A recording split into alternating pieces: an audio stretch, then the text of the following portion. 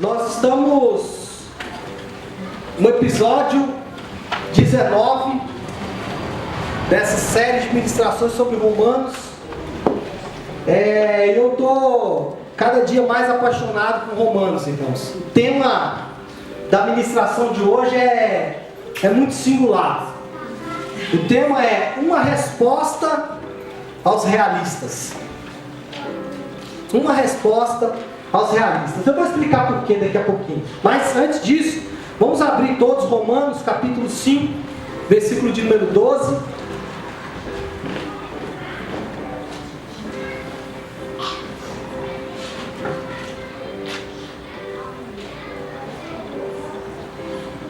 Todos abriram? Sim, amém. Você não abriu, pode acompanhar aqui, está projetado. O que diz? O pecado entrou no mundo por meio de um só homem. E o seu pecado trouxe consigo a morte. Como resultado, a morte se espalhou por toda a raça humana, porque todos pecaram. Irmãos, nós viemos aí já desde praticamente o capítulo 1, onde o tema central das ministrações tem sido a justificação. Temos falado basicamente sobre o fato de que nós estávamos condenados.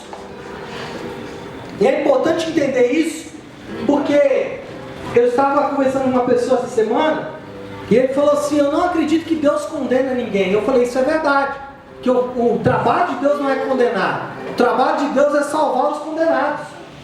Porque se nada acontecer na sua vida, você está condenado. A obra de Cristo é salvar pelo fato de você estar condenado.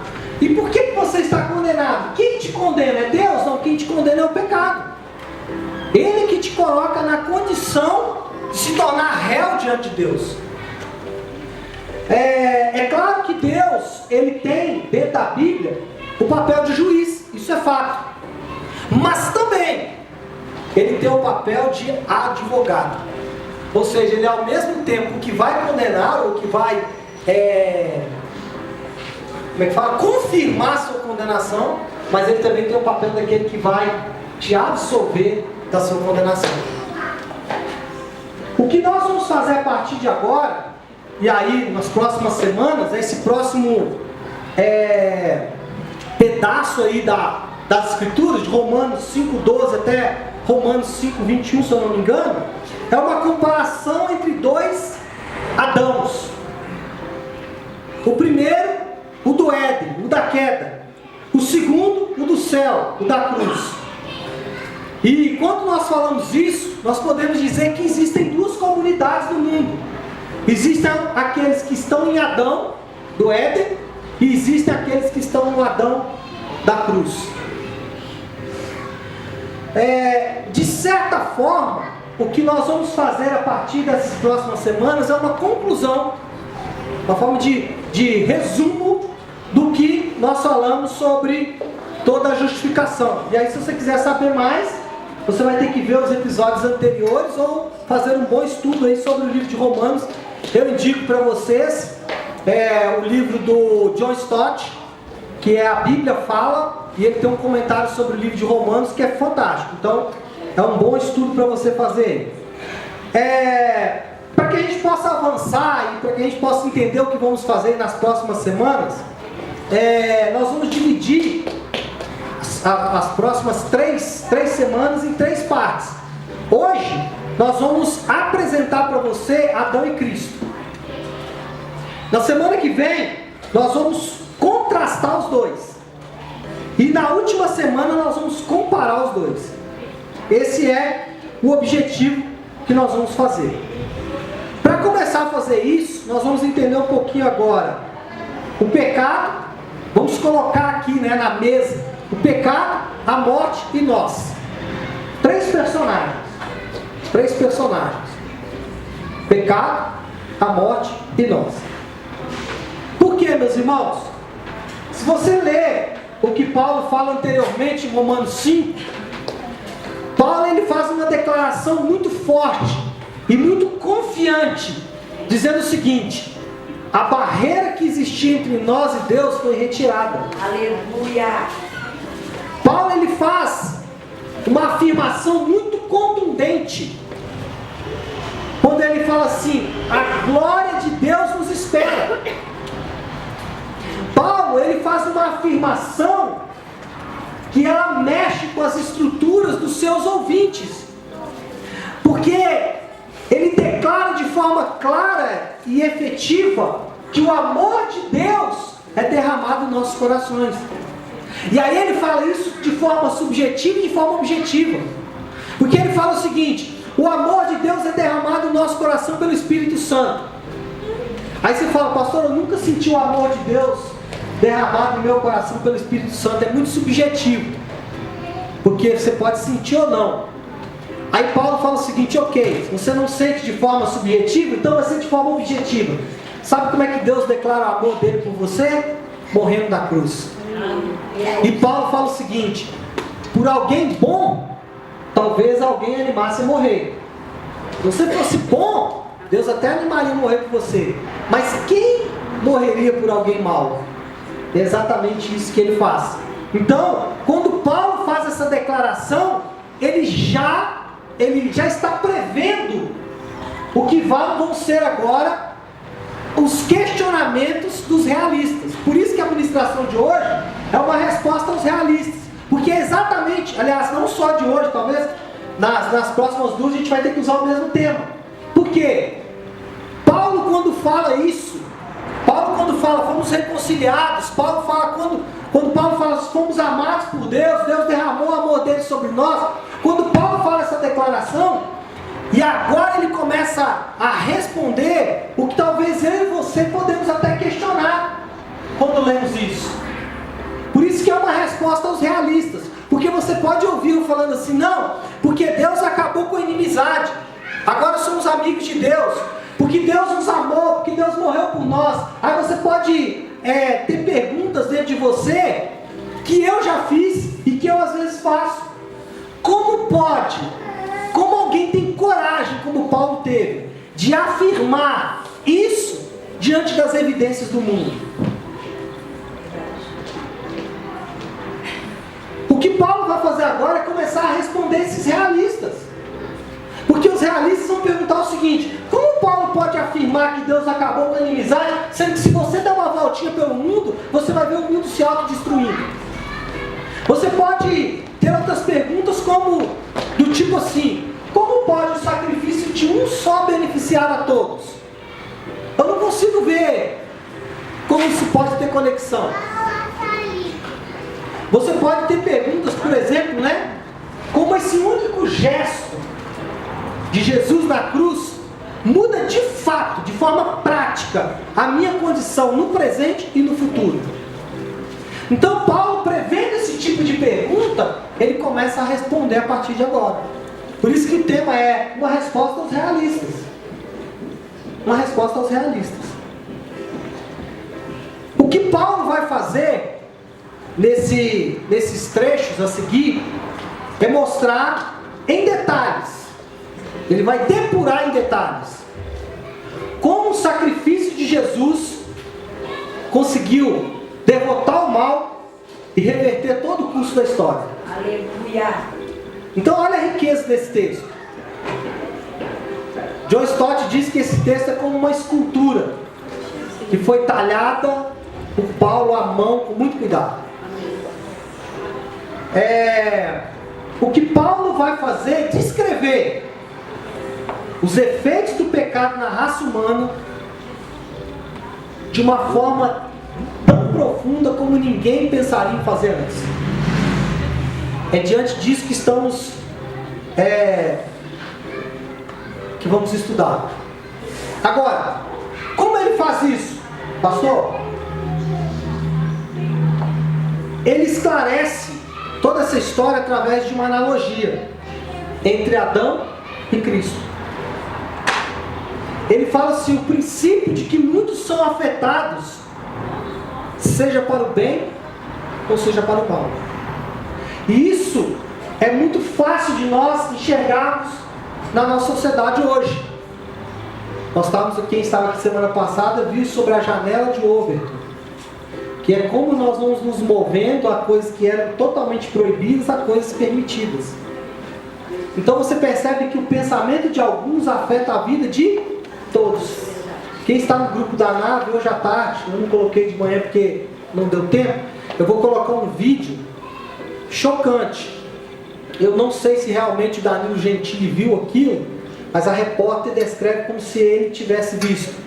Mas de qualquer forma, se atenha ao vídeo, ele tem uma cena um pouco mais censurada, acho que 12 anos. Que é uma moça dançando, mostra um pastor americano pregando numa praça, uma orquestra sinfônica linda, as duas cantando, e ele pregando, e uma moça, provavelmente do movimento LGBT, ou desses movimentos neoliberais, e ela começa a dançar de forma sensual. Ela não está pelada, nada disso, mas ela dança de uma forma sensual e começa a atrapalhar a pregação dele, porque ele não está usando o microfone, ele está apenas falando. Então, o que é isso? É a ação de uns afetando todos os outros. E Paulo ele fala sobre isso na palavra, durante toda essa palavra. Ele usa uma linguagem de alguém como se fosse um representante. Ele fala, olha, Adão representa uma categoria de pessoas e Cristo representa outra categoria de pessoas. E eu quero até usar bem esse termo representante a partir de agora, para a gente poder entender. Para a gente poder entender como que os nossos representantes eles podem nos impactar. Bom, o versículo 12, fazendo um estudo exegético desse texto, hermenêutico, ele vai falar de 3 estágios de uma reação em cadeia. Esse versículo 12 ele vai falar de 3 estágios dessa reação em cadeia. Primeiro que ele vai falar, primeiro ato que destrava tudo o que aconteceu é o seguinte: o pecado entrou no mundo por um homem. Se nós lermos a Bíblia, nós vamos ver exatamente em Gênesis capítulo 3, o pecado entrando no mundo através de um homem.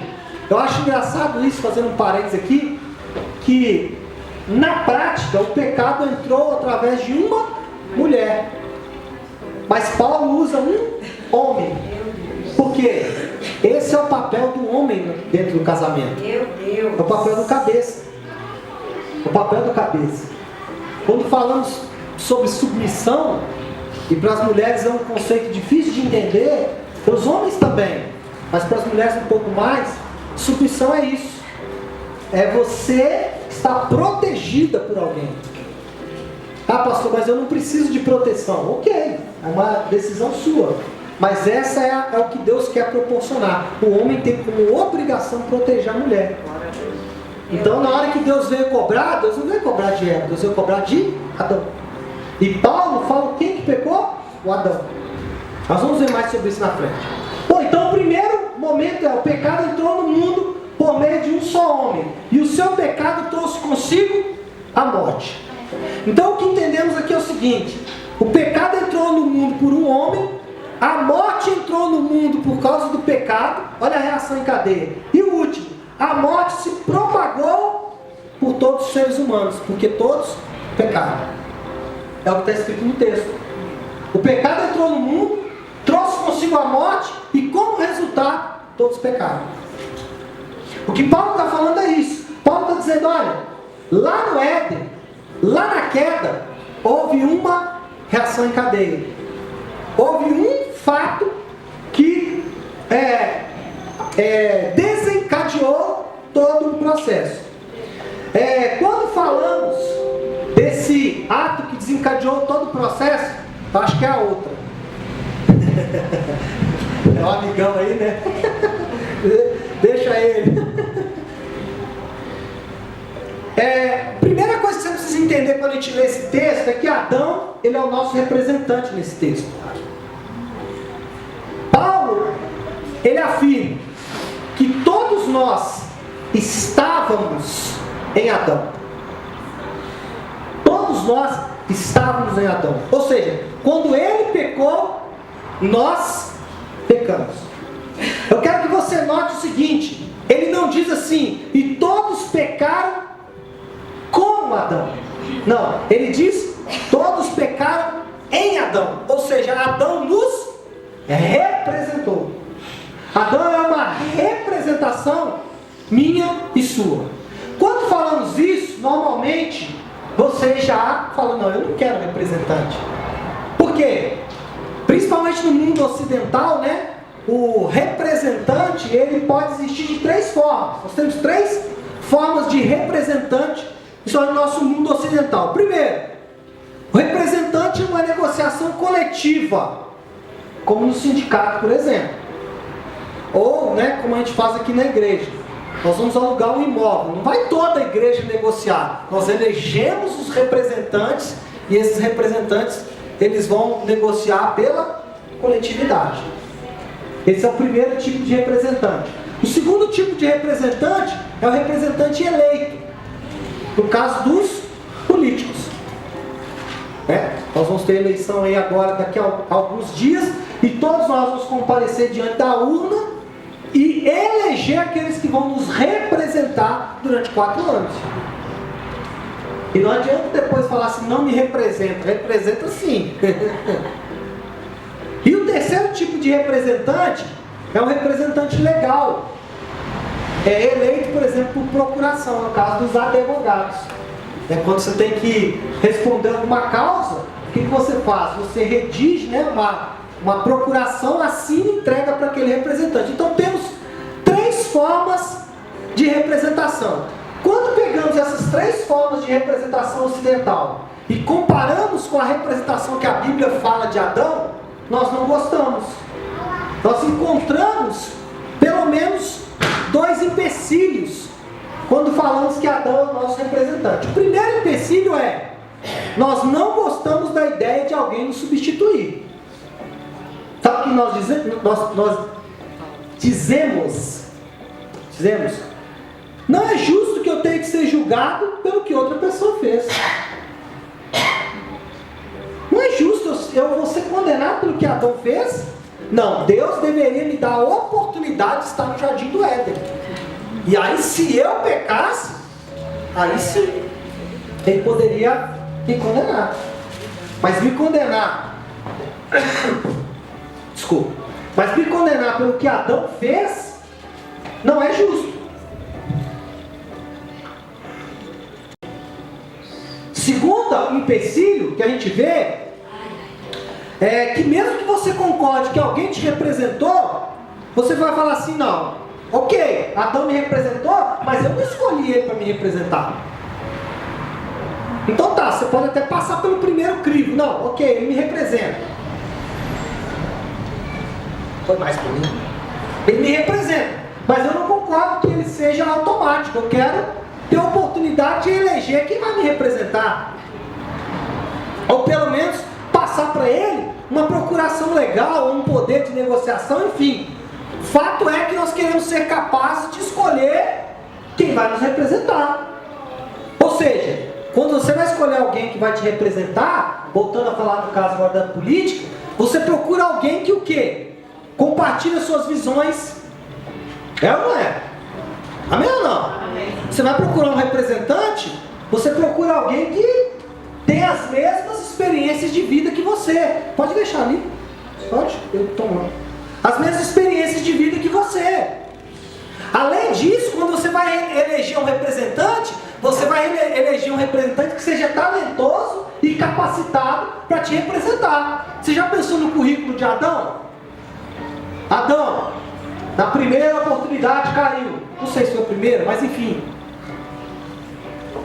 Foi induzido pela sua mulher. Irmãos, qualquer um de nós que estivéssemos com o currículo de Adão na mão, não o contrataria como representante.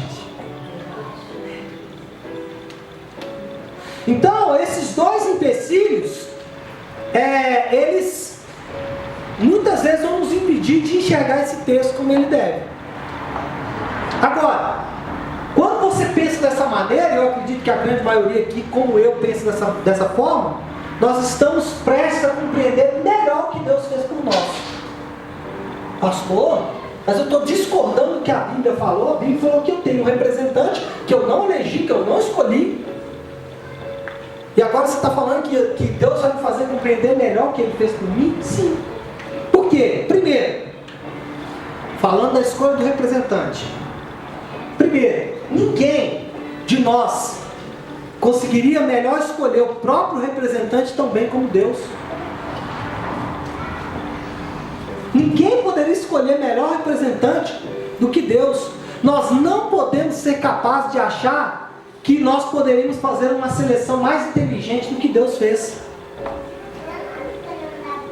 Adão, ele era o primor da criação de Deus. O cara mais inteligente, mais talentoso. E aí nós entramos no segundo ponto. Deus não escolheu Adão. Deus criou Adão. Deus não escolheu Adão. Deus criou Adão como nosso representante. Ele foi criado e projetado com perfeição para agir exatamente como você e eu em pessoa. Ele foi pensado para agir exatamente como eu e você agiríamos. Então você não pode dizer, eu teria me saído melhor se eu tivesse no lugar de Adão. Ai, ai. Eu já vi muitas pessoas falando assim, pastor, principalmente as mulheres, né, às vezes falam isso comigo. Homem também. Mas homem é mais violento, né? Se eu chegar no céu e Adão estiver lá, não cabe nós dois naquele lugar. As mulheres são um pouco mais educadas. Pastor, quando eu chegar lá, eu quero perguntar a Eva, por que você fez isso, miserável? Agora sabe qual é o problema? Que quando nós chegarmos no céu e falar assim, Deus, no meu caso, né? Aonde está Adão? Quero bater um papo com esse camarada. Deus vai falar, está ali, ó. Na hora que eu chegar, sabe quem eu vou encontrar? Eu mesmo. Meu Deus! Doido! E aí, ó! Meu Deus! Ai, chega, né? Pode acabar. Então, irmãos, nós não podemos achar que nós íamos fazer melhor do que Deus. Deus, irmãos, nos deu Adão porque ele é o representante justo e certo. De modo que somos culpados em Adão, porque em Adão pecamos de fato. Pastor, o senhor falou agora há pouco que se eu compreendesse isso, eu começaria a compreender melhor Deus. Bom, por que o representante é uma boa notícia? Irmãos, quando pensamos que Deus vai lidar conosco por meio do nosso representante, essa é uma boa notícia, uma notícia libertadora. Vocês já estão entendendo para onde que eu estou indo, né? Se cada um de nós tivesse de nos representar como indivíduos diante do trono celestial, nós ficaríamos sem desculpa. Imagina você tentando se defender diante de Deus. Não, Deus, pois é, eu não estava lá, não pequei como Adão. Deus vai falar assim, é verdade, mas deixa eu te mostrar um negócio. Né, os crentes pentecostais gostam muito, né? Deus vai pegar uma televisão. Deixa eu abrir o parênteses, eu sou da época do irmão Adão. Não sei se alguém viu o testemunho dele. Ele foi pro inferno, amigo. Chegou lá, tinha umas televisões que mostravam a vida da pessoa. Eu quase que eu renunciei ao cristianismo. Eu falei, não, vai mostrar minha televisão lá, vai dar certo, não. Eu não vou ficar bem na fita, não. É claro que não tem, não sei se tem isso, a Bíblia não declara, não deixa nem nada, nem próximo disso, mas enfim. Se você chegar lá diante de Deus, se você tivesse que se defender e falar, não, eu nunca pequei em Adão, Deus vai falar, ok, mas espera aqui. Olha que quando você tinha... Quantos anos teu cara? 3. Olha que quando você tinha 3 anos, olha o quanto de pirraça você fazia. Olha o quanto você desobedeceu. Ai, ai, ai. Aí você ficou um pouquinho mais velho, olha como que você falou mentira. 4, 5 anos. Esses dias eu vi uma reportagem sobre uma criança acho que de 5 anos que escreveu um bilhete como se fosse a mãe. Vocês viram isso? Como, a mãe é a professora, né? Dizendo, não vai ter aula, alguma coisa desse sentido. É feriado, ele escreveu. Pode ser que seja feriado. Pode ser que seja feriado. E é bonitinho realmente, mas isso aí é a cara do pecado, gente. É o Adão manifestando em pessoa. Há poucos dias nós vimos a história de uma moça, que acho que, se eu não me engano, ela é até cristã, né? Demi Lovato. É Demi, né? Demi Lovato. Parece que ela é até cristã, não é? Já fez alguns filmes. Já não? Ela é nascida em berço cristão. Ela é bem cristã. Ah, não. Então ela é neto de crente, né? Isso aí não existe, não. Bom, mas enfim. Uma moça bonita, muito bem sucedida, provavelmente já milionária. Milionária, lógico. Né? Provavelmente milionária. Bi, talvez. Não, Bi eu não sei, mas enfim, tem muita grana. E que estava se matando, talentosa. Eu não gosto, mas quem gosta se mata por ela. Davi gosta. Mas enfim, o que eu quero dizer com isso, meus irmãos? A gente percebe ela se matando na droga. Então você percebe exatamente Cristo, no sentido de ela tem todas as boas características, e Adão, mesmo com tudo aquilo, é capaz de se matar. Ai, meu Deus. Agora, nós somos muito longe dele, Lovato. E nós? Será que nós conseguiríamos nos justificar diante de Deus? Será que se Deus falasse assim, não, você não tem mais representante, você vai se representar diante de Deus, será que você seria capaz? Irmãos, o nosso pecado, ele nos levaria à morte, de forma literal e de forma definitiva. Por que de forma literal e de forma definitiva? Porque morte significa separação e não fim. A nossa cabeça ocidental, morte é fim. Mas a morte não é fim, morte é separação. Se nós tivéssemos que nos representar diante de Deus, certamente nós morreríamos de forma definitiva. A morte pior, a morte eterna. Muitos temem a morte do corpo, ou a morte física. Ele não teme a morte eterna. A morte eterna é o pior cenário. Pastor Luiz Hermínio fala muito isso. Ele fala assim: o problema do inferno não é que o pecado está lá. O pecado do diabo. O pecado também. O problema do inferno não é que o diabo está lá e que tem fogo e que tem ranger de dentes. Não é esse o problema do inferno. O problema do inferno é que Deus não está lá. A ausência de Deus que é o inferno. Muitas pessoas falam assim: pastor, o inferno é aqui. Bom, para muitas pessoas, o único céu que elas vão conhecer é esse, porque aqui eles tiveram a oportunidade de andar com Deus.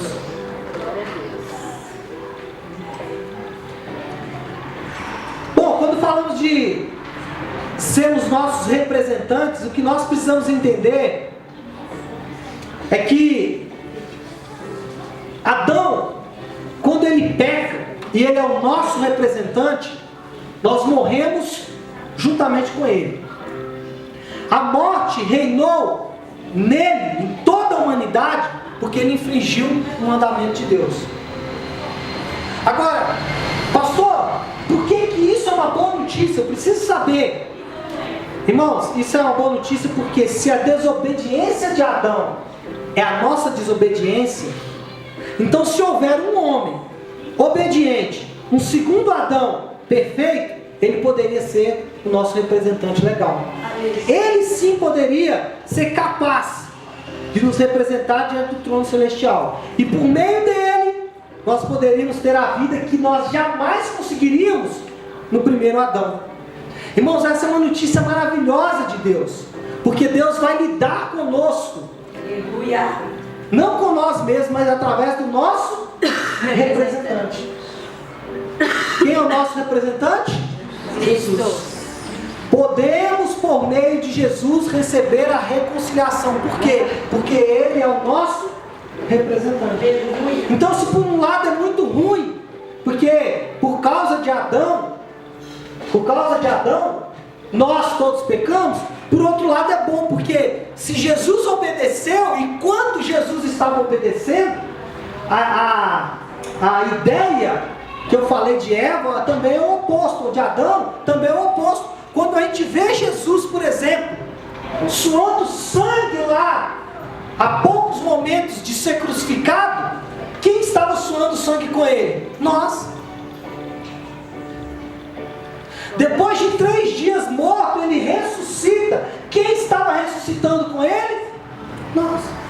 Por quê? Porque da mesma forma que Adão nos representou para a morte, Cristo nos representa para a vida.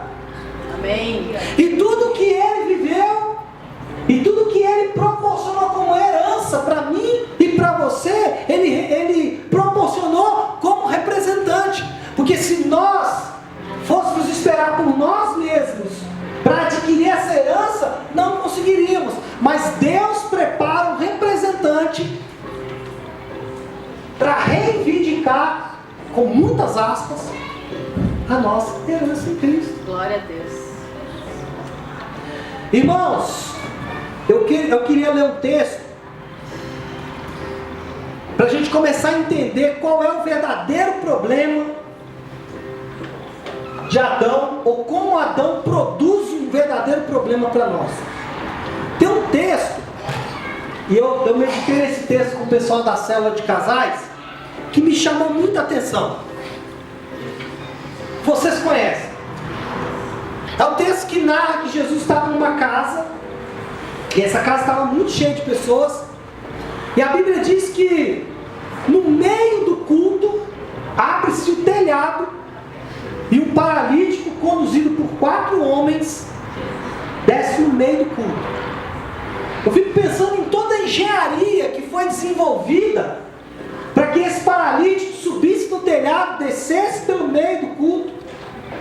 Eu fico imaginando como foi difícil para ele convencer os amigos a fazer isso por ele. E ele realmente, esse cara podia dizer: eu tenho 4 amigos. Eu tenho 4 amigos. E depois de toda essa engenharia, depois de todo esse processo, quando eles estão ali no meio do culto, qual é a palavra que Jesus dá? Perdoados estão os teus pecados.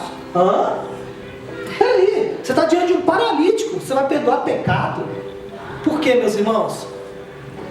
Porque Jesus estava atacando o verdadeiro problema daquele homem. Quando nós, como igreja, nós pregamos e nós ensinamos para as pessoas que se ela entregar o dízimo, Deus vai prosperá-la. Isso é fato. De que Deus tem uma cura para ele, isso também é fato. De que Deus vai curar o seu emocional, isso também é fato. Ou que Deus vai restaurar o seu casamento, que também é fato. Mas se nós atermos ao Evangelho somente a isso, nós não vamos tocar as pessoas onde é verdadeiramente o problema delas, o meu problema. O meu problema não está no financeiro, ou na área sexual, ou na área emocional, enfim, qualquer uma delas. Meu problema não está nessas áreas. O meu problema está em quem me gerou e como eu fui gerado, quem eu sou por dentro, e a capacidade que eu tenho de destruir aquele que realmente me causa problema. Então, quando Jesus fala para ele: teus pecados estão perdoados, Jesus está tratando ele exatamente aonde? Na sua natureza. Porque ele estava com a natureza de Adão, do seu representante, e ele precisava de uma nova natureza. Tem 2 textos que eu queria meditar com vocês que vão exemplificar isso. O primeiro deles é Jeremias 13, 23. Olha o que diz esse texto: pode acaso o etíope mudar a sua pele? Quem é o etíope? O etíope é alguém assim, meio parecido com o meu amigo Diegão. Etíope é um negro. Olha a pergunta de Jeremias: pode o etíope mudar a sua pele? Tirando Michael Jackson, ninguém conseguiu mudar a pele, né? Jackson foi o único. Quem? A Rihanna também? Ela era mais etíope? Bom, então temos 2 casos. Mas ele continua dizendo: ou pode o leopardo as suas manchas? Tipo assim, a pastora Flávia está com uma camisa de leopardo hoje, né? Pode o leopardo tirar as suas manchas? É a pergunta do profeta. E a resposta ela é retórica. Não pode. Né? Aí ele continua dizendo, então, poderíeis fazer o bem, estando acostumados a fazer o mal? Será que vocês não serão capazes de fazer o bem, sendo que a natureza de vocês é fazer o mal? Salmo 51:5, aquele salmo que lemos no início do culto hoje. Olha o que Davi fala: eu nasci na iniquidade. Ele fala o quê? Eu nasci na iniquidade e em pecado me concebeu a minha mãe. Aí você fala assim, não, é porque eles fizeram sexo, e sexo é pecado. Não, não é isso não. É porque ele nasce com a natureza do seu representante. Irmãos, somos pecadores em nossa natureza. Era preciso então, para corrigir esse problema, alguém de outra linhagem, para começar uma nova raça. Por isso que Jesus nasce de uma virgem gerado pelo Espírito Santo. Como é isso? Até Jesus, todos os homens eram gerados em Adão. E aí você vê as genealogias, você entende isso. Fulano gerou fulano, gerou fulano, gerou fulano, gerou fulano. Todas essas pessoas nasciam com uma natureza. Até que em Jesus essa cadeia é rompida. Por quê? Porque em Jesus ele é o primeiro que nasce de uma virgem gerado pelo Espírito Santo. Quer ver? Olha que texto interessante. Mateus capítulo 1, nós vamos ler o 15 e depois o 18. Olha o que diz o 15. Eliúde gerou, olha o termo usado. Eliúde gerou Eleazar, Eleazar a Matã, Matã a Jacó. Jacó gerou José, marido de Maria, da qual nasceu Jesus, que se chama Cristo. Aí o versículo 18 fala assim: ora, o nascimento de Jesus foi assim: estando Maria, sua mãe, desposada com José, sem que tivesse antes coabitado, achou-se grávida pelo Espírito. Primeira coisa que eu quero destacar para você é: o versículo 15 fala dos que foram gerados, até José. E ele vem assim: fulano gerou fulano, gerou fulano, gerou fulano. E o nascimento de Jesus foi assim: há um rompimento. Por isso, irmãos, que nós precisamos defender a palavra de Deus como verdade, por dois motivos. Primeiro, que ela é a verdade mesmo. Ela é a palavra de Deus, inspirada pelo Espírito Santo. Ela não contém a palavra de Deus, ela é, em sua essência, todas as vírgulas, tios e etc, etc. Porque se você começar a questionar, nossa, será que Jesus nasceu de uma virgem? Você não vai ter o seu representante legal. E você vai ter que chegar diante de Deus por conta própria. Porque você não acreditou no nascimento de Jesus, de uma virgem, pelo Espírito Santo.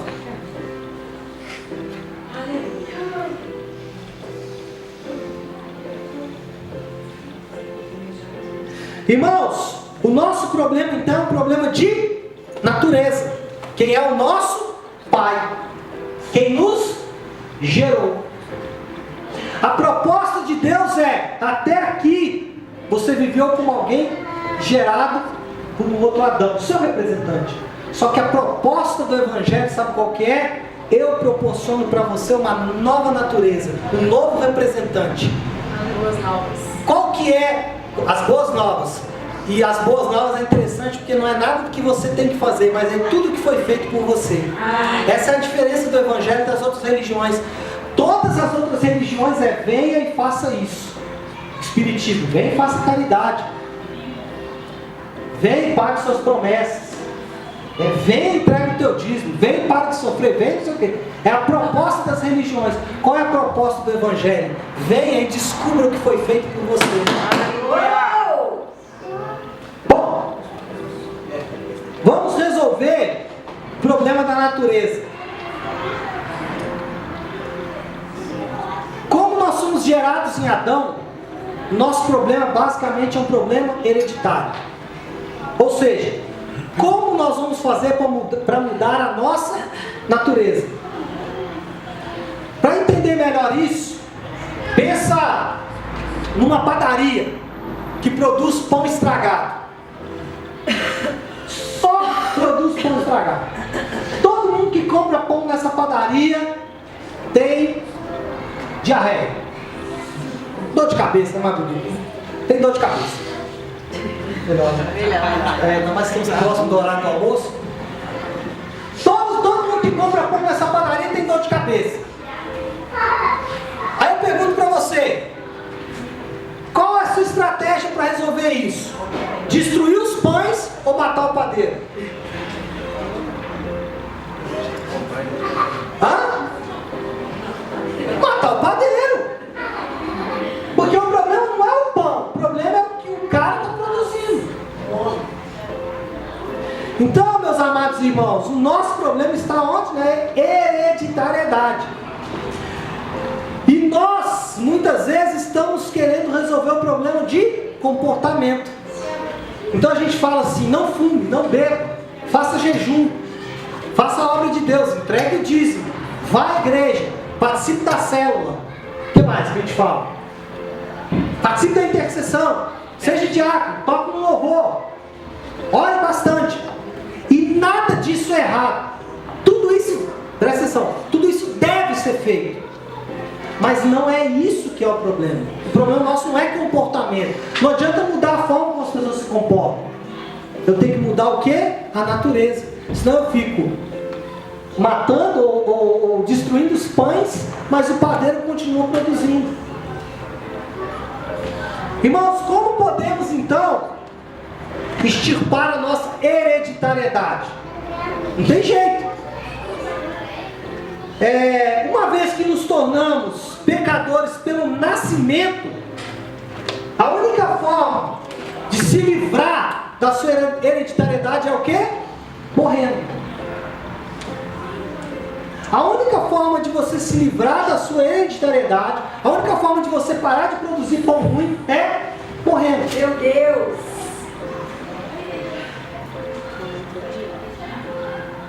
Por isso, meus amados irmãos, que a Bíblia é insistente em te convidar para o quê? Para morrer. Por isso que Paulo fala assim, o batismo é a morte. Jesus fala assim, o grão de trigo não morrer. Por quê? Porque a ideia de Deus não é que você morra, literalmente. Mas a ideia de Deus é que você precisa mudar a sua hereditariedade. Quando nós falamos isso, esse texto aqui ele faz muito mais sentido. Ó. João 3,3. Jesus respondeu, eu afirmo ao Senhor, isto é verdade. Ninguém pode ver o reino de Deus senão nascer de novo. É engraçado que eu já ouvi N explicações sobre esse texto. Por exemplo, o Espiritismo diz que isso aí é reencarnação. Por quê? Porque eles não fazem uma boa interpretação bíblica. Não pegam todo o contexto bíblico. O que Jesus está dizendo nesse texto aí para um grande mestre da lei é exatamente o seguinte, cara, o teu problema é de hereditariedade. O teu problema é o teu pai, Adão, o teu representante. A minha proposta para você é que você tenha um outro representante. Bom, como eu vou fazer isso? Você vai ter que nascer de novo. Aí ele continua dizendo, Nicodemos perguntou, como pode um homem velho nascer de novo? Será que ele pode voltar para a barriga da sua mãe e nascer outra vez? Resposta retórica aí, qual que é? Não, não pode. Jesus então disse, eu afirmo ao Senhor que isso é verdade. Ninguém pode entrar no reino de Deus se não nascer o quê? Da água e do Espírito.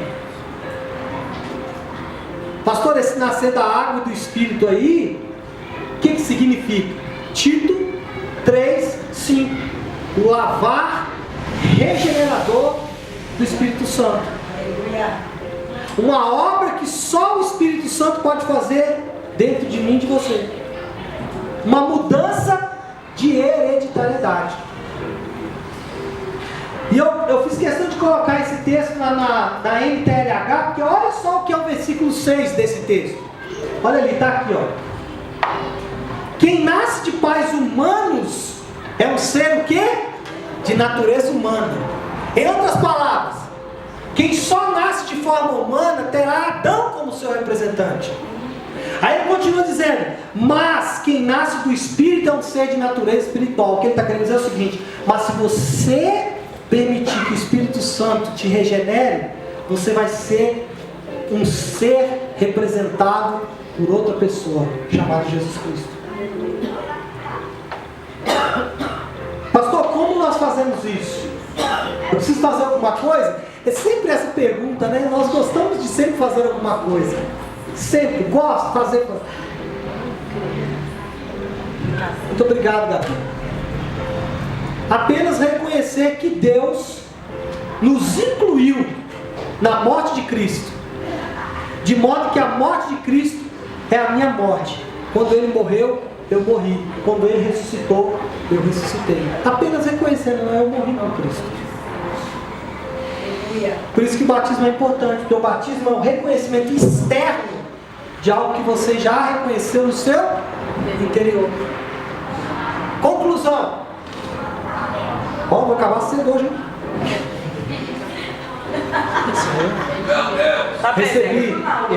Recebi um abaixo, vou acabar no horário, obrigado. Recebi um abaixo assinado que a turma estava querendo me destituir por causa desses negócios de horário. Olha aí, ó. Ainda mais depois que a Michele deu uma palavra em meia hora e resolveu o problema da turma. Eu estou falando, não precisa daquele tempo todo, ela com meia hora resolveu. Por que o pastor quer gastar uma hora? Não fala da Michele, não. Não, falando bem, ué. Ó, Jesus, ele tá dormindo lá, acordou. Falou Michele. Dureza, viu? Bom, conclusão, irmãos. Quando lemos tudo isso, começamos a perceber o quanto Jesus é radical. Por quê? Não se trata apenas de dizer: tenho sido um fracasso, tenho sido um imoral, por isso agora eu vou frequentar a igreja e me tornar uma pessoa decente, uma pessoa com moral. Não é isso. Não, coitado. Então, por causa disso, eu saberei que sou uma pessoa boa, por ser o quê? Espiritual. Jesus disse: não quero que você apenas troque a sua identidade baseado na performance. Como assim? Sou ruim, agora sou bom. Era falido, agora sou rico. Não é isso que ele quer. Quero que você encontre um caminho inteiramente novo. É isso que Jesus está dizendo com essa palavra. Quero que você abra mão da velha natureza, da velha identidade baseada em si mesmo. E que agora você tenha uma identidade baseada em mim e no Evangelho. Pastor, como eu faço isso? Aplicação. Eu vou usar, irmãos, como aplicação um trecho do livro de Timothy Keller, que nós estamos lendo na célula de segunda. Fantástico, eu recomendo para toda a igreja. A Cruz do Rei. A Cruz do Rei. O que esse autor, o que esse pastor presbiteriano de Nova York faz? Ele faz uma pregação expositiva do livro de Marcos. É o que nós estamos fazendo com Romanos. Ele fez com Marcos. Pegou Marcos e foi versículo a versículo. Mas é uma das coisas mais lindas, irmãos, que aquece o coração. Tem frases que você lê e você fala: não acredito que isso está escrito aqui.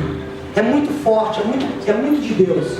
Mas enfim, eu quero usar uma parte desse livro como a nossa aplicação hoje. Ele diz o seguinte, na página 85 do PDF, não sei qual que é do livro: não basta dizer, entendi, não posso construir a minha identidade com base na aprovação dos meus pais, pois isso é algo sujeito a altos e baixos. O que ele está querendo dizer é o seguinte: eu não posso construir quem eu sou, quem é o meu representante, baseado no que os meus pais falam, porque os meus pais podem estar bem ou mal. Ele continua dizendo: tampouco eu posso construir a minha identidade com base no sucesso profissional, porque ele também é subjetivo. Tampouco posso construir com base nos meus relacionamentos amorosos. Esse aí menos. Se a sua identidade for seu relacionamento amoroso, você vai ter problema. Agora, a pergunta é o quanto batalhamos por isso? Pelo reconhecimento das pessoas, por sucesso profissional e por um bom relacionamento amoroso. O que Timothy Keller está defendendo é o seguinte: não basta dizer, ok, entendi, preciso ser melhor. Não. Ele fala assim: em vez disso, devo construí-lo com base em Deus. Como assim? Vamos explicar. Falando ainda da identidade. Se esse é o ponto mais longe que você pode chegar, Deus para você é quase uma abstração. Como assim, pastor Léo? Você vai construir a sua vida com base... Quando você constrói a sua vida com base nele, isso passa a ser um ato da sua vontade. Eu vou construir a minha vida com base nele.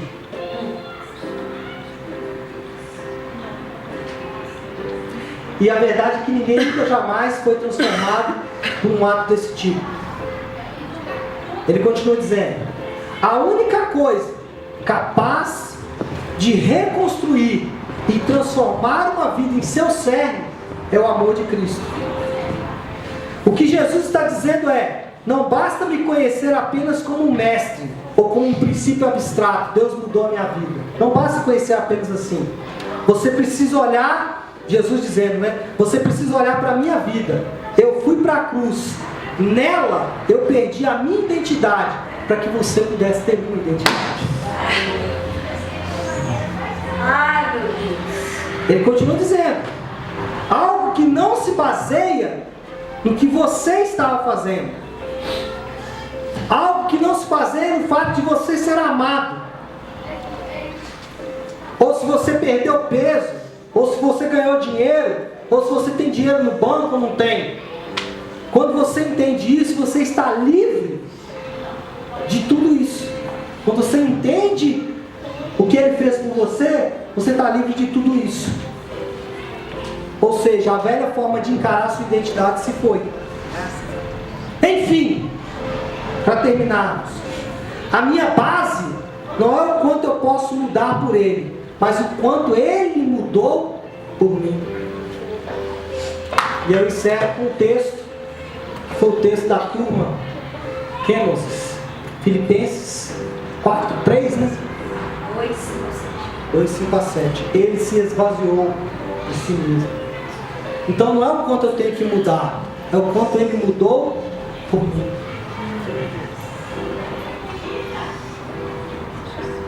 Amém? Feche seus olhos. Aliás, vamos nos colocar de pé, né?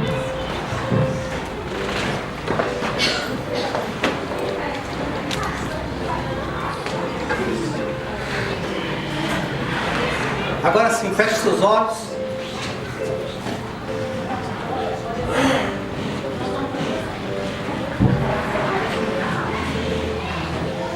Pai, essa palavra aquece o nosso coração. Porque, Senhor, muitas vezes nós estamos envolvidos com o que nós devemos fazer. E as coisas que precisamos fazer, elas são importantes, mas não são aquilo que vai determinar o seu amor por nós. Senhor Deus, entender que nada do que eu faço, entender, Senhor Deus, que o trabalho do Senhor na cruz foi mudar a minha identidade. O trabalho do Senhor na cruz foi transformar a minha natureza. Senhor, hoje eu posso ter um relacionamento com o Senhor, porque hoje, Senhor, eu tenho uma nova natureza. Aleluia. Regenerado pelo Espírito Santo, transformado pelo Espírito Santo, tocada pelo Espírito Santo. Querido, o Senhor quer te dar liberdade nessa manhã, porque às vezes você é massacrado pela religiosidade, massacrado por um discurso das coisas que você deve fazer, das coisas que você precisa fazer. Não, o Senhor quer te pôr em liberdade, para que as coisas que você precisa fazer, você não faça apenas porque você precisa, mas você faça porque você o ama, e porque Ele te amou primeiro. Aleluia. A proposta do Senhor nesta manhã é que você entenda que a sua natureza, ela foi tão impactada pelo Evangelho, tão impactada pelo Espírito Santo, tão tomada e tão possuída pela glória de Deus. E você vai ser transformado. Não porque você tem um ato de coragem, mas você vai ser transformado. Porque o seu representante... Não se movimente, pessoal, por favor. Fiquem quietos agora. Porque o seu representante fez algo por você. Ore agora. Talvez você está lutando contra a sua natureza. Talvez você está lutando contra aquilo que tem te esmagado. Nessa manhã o Senhor quer te pôr em liberdade. Olhe falando isso para Ele. Fala, Senhor, eu não consigo mais lutar. Senhor, as minhas forças já se foram. Eu não sei mais o que fazer. Senhor, eu preciso de ajuda. Fala para Ele isso nessa manhã. Fala, Senhor, me faz de forma prática entender as verdades dessa palavra. Senhor Deus, eu preciso aplicar essa palavra na minha própria vida. Senhor, eu preciso entender definitivamente que a minha natureza foi transformada e que o Senhor me aceitou e que o Senhor me transformou. Faça isso agora, irmãos. Ore, ore, ore.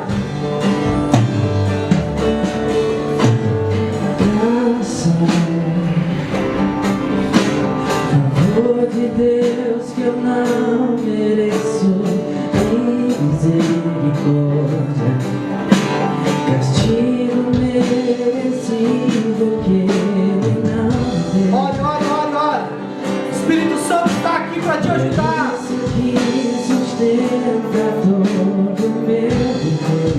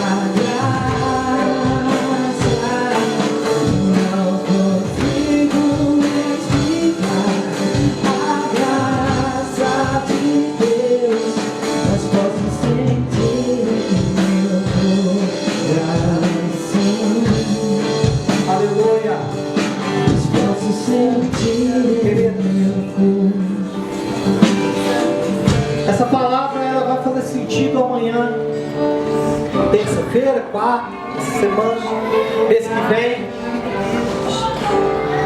Quando você se sentir esmagado, quando você se sentir abafado pela luta, abafado pela dor, abafado pela dificuldade, essa palavra vai fazer sentido quando a velha natureza ela quiser de novo tomar o domínio. Essa palavra vai fazer sentido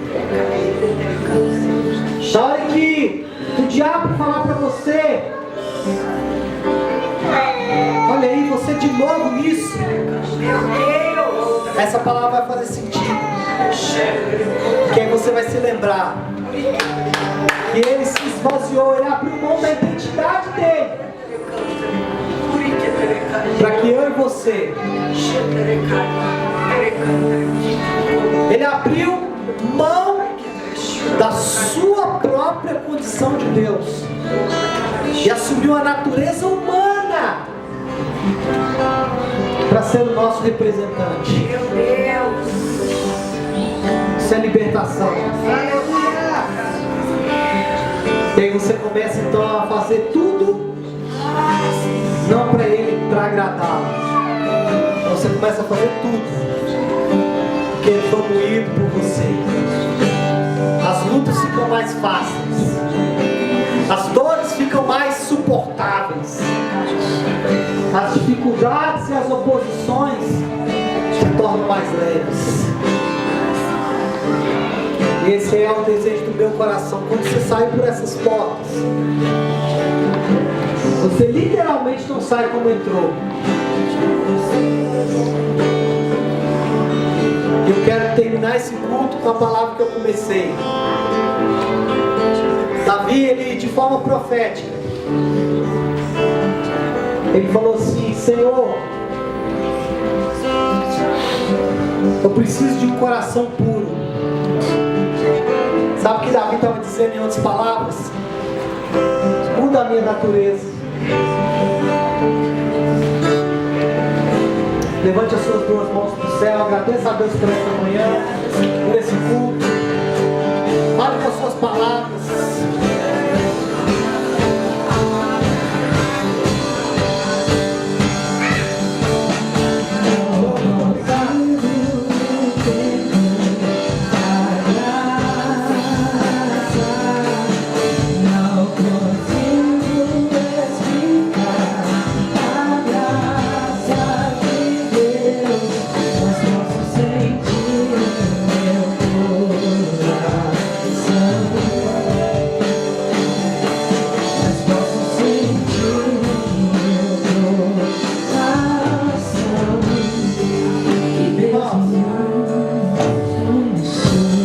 Uma coisa, não dependa de nada que é exterior para esse amor se manifestar. O dia que você estiver triste, abatido, cansado, o dia que as lutas se intensificarem, basta você fechar os seus olhos, basta você declarar essa palavra e falar assim: o amor de Deus é derramado em meu coração, e você vai sentir o Espírito Santo aquecendo o seu interior. Levante as suas duas mãos. Que o amor imensurável, impressionante, inexplicável de Deus Pai, a graça abundante, sobrenatural, Aleluia! e sobejante, e a amizade confortadora, carinhosa do Espírito Santo seja com todos nós. Amém? Vamos aplaudir bem.